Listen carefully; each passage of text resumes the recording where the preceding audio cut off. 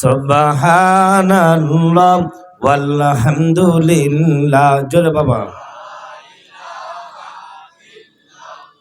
সুবহানাল্লাহ ওয়ালহামদুলিল্লাহ। কখনো তোমাকে যদি ভুলি, হেদায়েতের আলো দিয়ে নিও কাছে তুলি। কখনো তোমাকে যদি ভুলি, হেদায়েতের আলো দিয়ে নিও কাছে তুলি। ঠাই দিও প্রিয়তম, ঠাই দিও প্রিয়তম, ও গো দয়াবান তুমি রহমান, তুমি মেহেরবান। সুবহানাল্লাহ।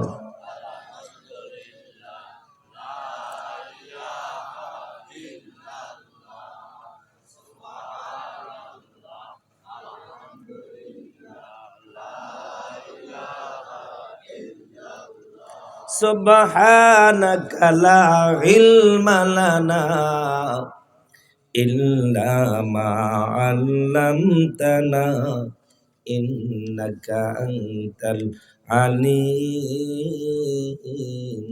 হাকীম।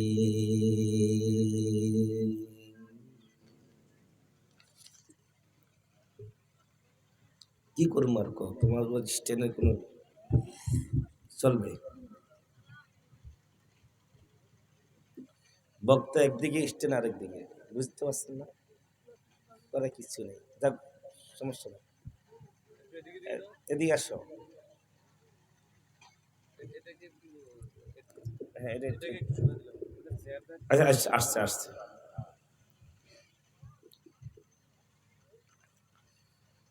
প্রিয় সম্মানিত এই ময়দানের অত্যন্ত দামি মেহমানবৃন্দ,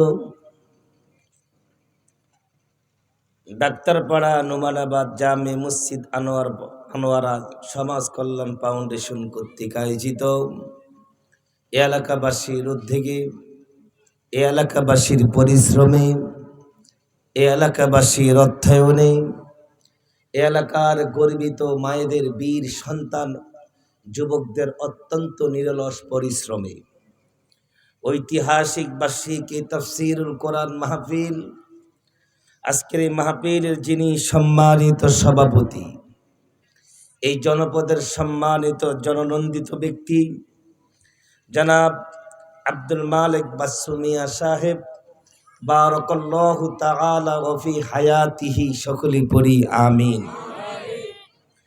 আজকের এই মাহফিলে উপস্থিত আছেন পোস্টারে উল্লেখ্য সম্মানিত সকল অতিথিবৃন্দ।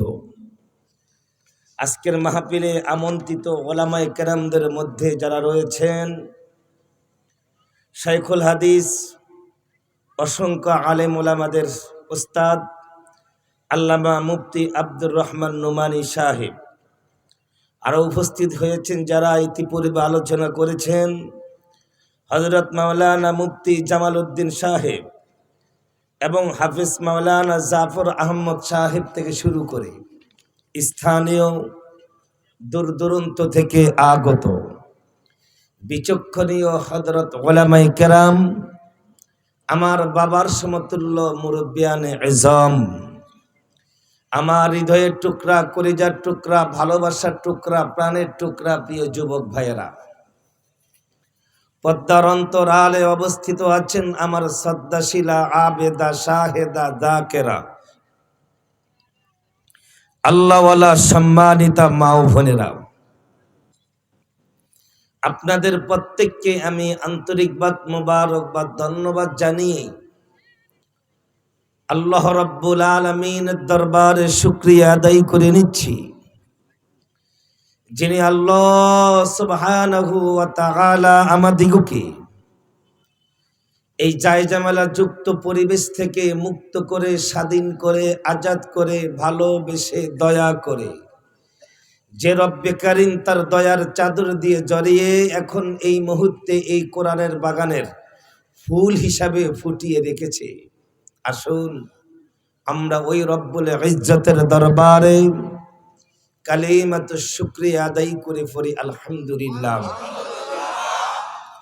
যদি আপনাদের কণ্ঠের মধ্যে কোনো সমস্যা না থাকে, যদি আপনি ভালো থাকেন, সুস্থ থাকেন এবং আল্লাহর অসংখ্য নিয়ামত নিয়ে বসে আছেন, ডুবে আছেন, তাহলে আল্লাহর শুকরিয়া আদায় করুন সেভাবে যেভাবে আদায় করলে পরে নাকি রাতের এই নিস্তব্ধ একটা পরিবেশের মাঝে রব্বুল ইজ্জতের শ্রেষ্ঠত্বের শুকরিয়ার কালামটা আওয়াজ যেন একটা বিকট আওয়াজে বিস্ফোরিত হয়। আসুন আমরা এমন একটি আওয়াজ দিয়ে মালিকের শ্রেষ্ঠত্বের কালাম প্রকাশ করি, আবারও পড়ি আলহামদুলিল্লাহ। হামদান কাসীরান তাইয়িবান মুবারাকান ফি ইয়া রাব্বি লাকাল হামদু কামা ইয়ানবাগি লিজালালি ওয়াজহিকা ওয়া আযীমি সুলতানি। প্রিয় সম্মানিত এই ময়দানের অত্যন্ত দামি মেহমানবৃন্দ, আমার ক্ষুদ্র দেখা অনুপাতে, জানা অনুপাতে এই অত্র অঞ্চলে বসত বাড়ি কম নয়, কিন্তু যেই পরিমাণ বসত বাড়ি দোকানপাট আছে সেই পরিমাণ মানুষের উপস্থিতি কিন্তু হয় না। কি জন্য, কি কারণে, কোন প্রেক্ষাপটে আসে না তাও কিন্তু আমি জানি না। তবে আমি আমার রাস্তার আড্ডা দেওয়ানোওয়ালা ভাইদেরকে বিনয়ের ভাষায় উদাত্ত আহ্বান করব, যদি এমন কোনো ইমার্জেন্সি কাজ সেখানে না থেকে থাকে, দয়া করে ও রাস্তার আড্ডা দেওয়ানোওয়ালা ভাইয়েরা কোরআনের প্যান্ডেলে ছুটে আসার জন্য কাকুতি মিনতি বিনয় ভাষায় উদাত্ত আহ্বান করছি। যদি আমার এই দাওয়াতকে যদি কেউ অজ্ঞতার মূর্খতার কারণে প্রত্যাখ্যান করে, বয়কট করে, বর্জন করে, জেনে রাখুন, শুনে রাখুন, বুঝে রাখুন, হাসরের ময়দানে আমি নয়, কোনো বড় হুজুর নয়, বরং আল্লাহর এই কোরআন আল্লাহর আদালতে তাদের বিরুদ্ধে মামলা দিবে যারা কোরআনের দাওয়াত প্রত্যাখ্যান করেছে, যাদেরকে বলা হয়েছিল আয় আয় এদিকে আয়। কি আশ্চর্য, ছুটে আয়।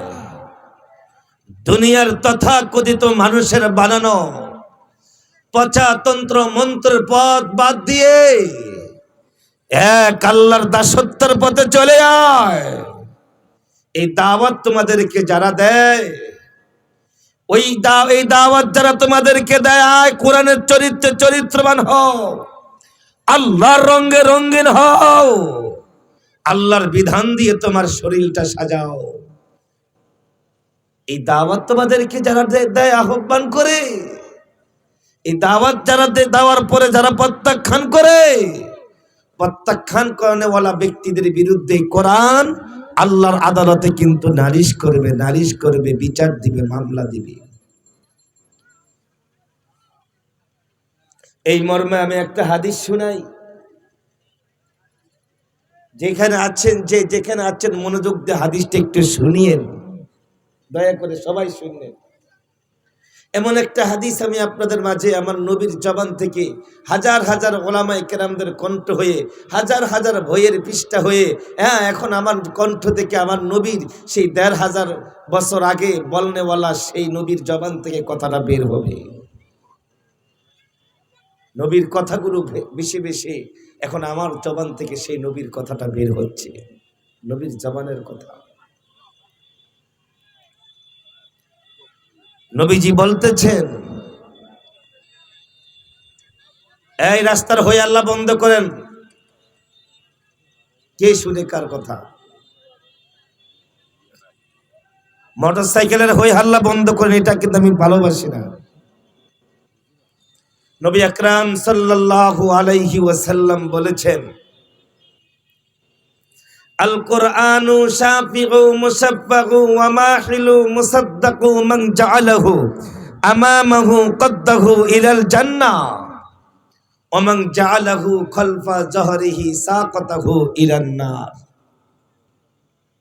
এ বাবা আমার দিকে তাকান, একটু এদিক সেদিক তাকাবেন, আমার দিকে তাকান।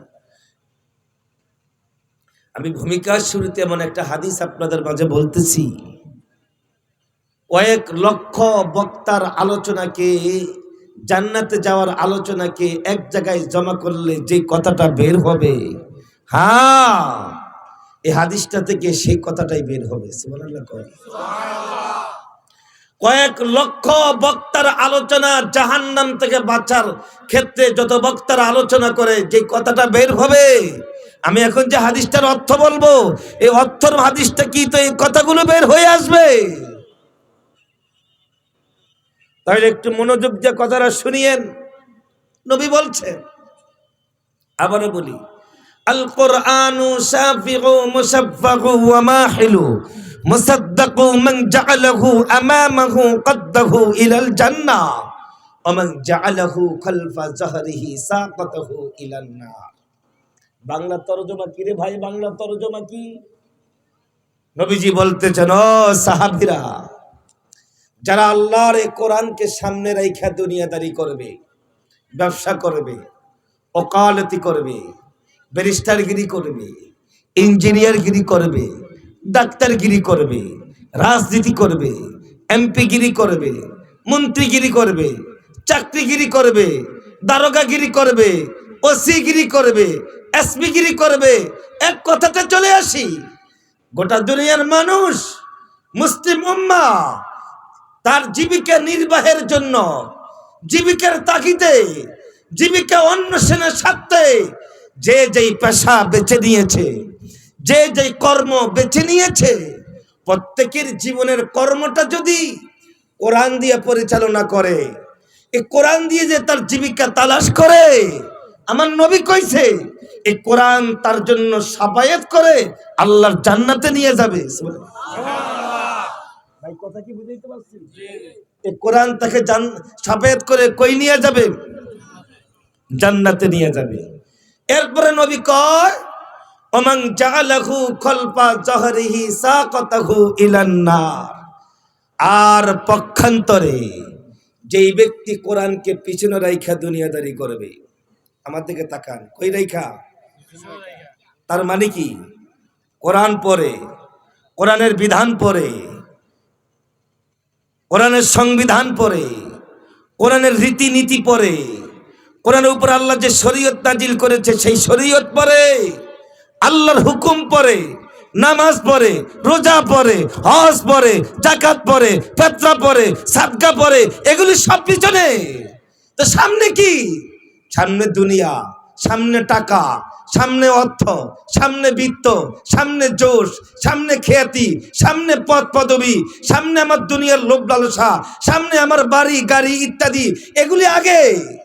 আল্লাহর বিধান পড়ে এই চিন্তায়, এই ধান্দায়, এই নেশায় যারা দুনিয়াদারি করে, ও আমার জাতি কান খুলে জেনে রাখো, এই কোরআন তাদের বিরুদ্ধে আল্লাহর আদালতে নালিশ করবে ততক্ষণ পর্যন্ত যতক্ষণ না তার জাহান্নামে পৌঁছাইতে না পারবে। একই হাদিসের স্যার দুইটা পাঠ, একই হাদিসের কয়টা পাঠ? দুইটা পাঠ। আমি যত কথা কইছি, যত শব্দ বাড়াইছি, না রে বাবা না, আমার নবী কিন্তু এত কথা কয় নাই। আমার নবী যেটা কইছে এবার এইটাই হুবাহুব বলি, এবার বুঝে আসবে কথা না বললে। আল কোরআনু শাফিউ মুশাফফাউ ওয়া মাহিলু মুসাদ্দাকু মান জাআলাহু আমামাহু কদ্দাহু ইলাল জান্নাহ ওয়া মান জাআলাহু খালফা যহরিহি সাকাতাহু ইলান নার। নবীজি কয়, সাহাবীরা রে, যেই ব্যক্তি কোরআনকে সামনে রেখে দুনিয়াদারি করবে, এই কোরআন তার জন্য সাফায়াত করে আল্লাহর জান্নাতে পৌঁছিয়ে দিবে। এরপরে নবী কয়, ও সাহাবীরা রে, যেই ব্যক্তি কোরআন পিছনে রেখে দুনিয়াদারি করবে, এই কোরআন তার বিরুদ্ধে নালিশ করে তার জাহান্নামে পৌঁছিয়ে দিবে। আমার নবী কইছে এইটা, আর আমি বুঝাইতে যে অনেক কথা বলছি, তাই বলে আমরা ভুল বুঝবেন না, না কথা না বাড়াইলে বুঝবে না। কথা না বাড়াইলে কি বুঝে? নবীর কথা ছোট্ট, ব্যাখ্যা কি বড়। কেন, কি জন্য, কি কারণে, কোন প্রেক্ষাপটে কথাগুলো বলা? ও রাস্তার যুবকগুলি, তোমাদের জন্য মাহফিল কর্তৃপক্ষ কতই না কষ্ট করেছে, কত কষ্ট করে না আয়োজন করেছে, কত পোস্টার না ছাপাইছে, রাস্তা রাস্তায় কতই না মাইকিং করেছে। তাদের চেষ্টা তো ত্রুটি ছিল না, তা আসলি না কেন?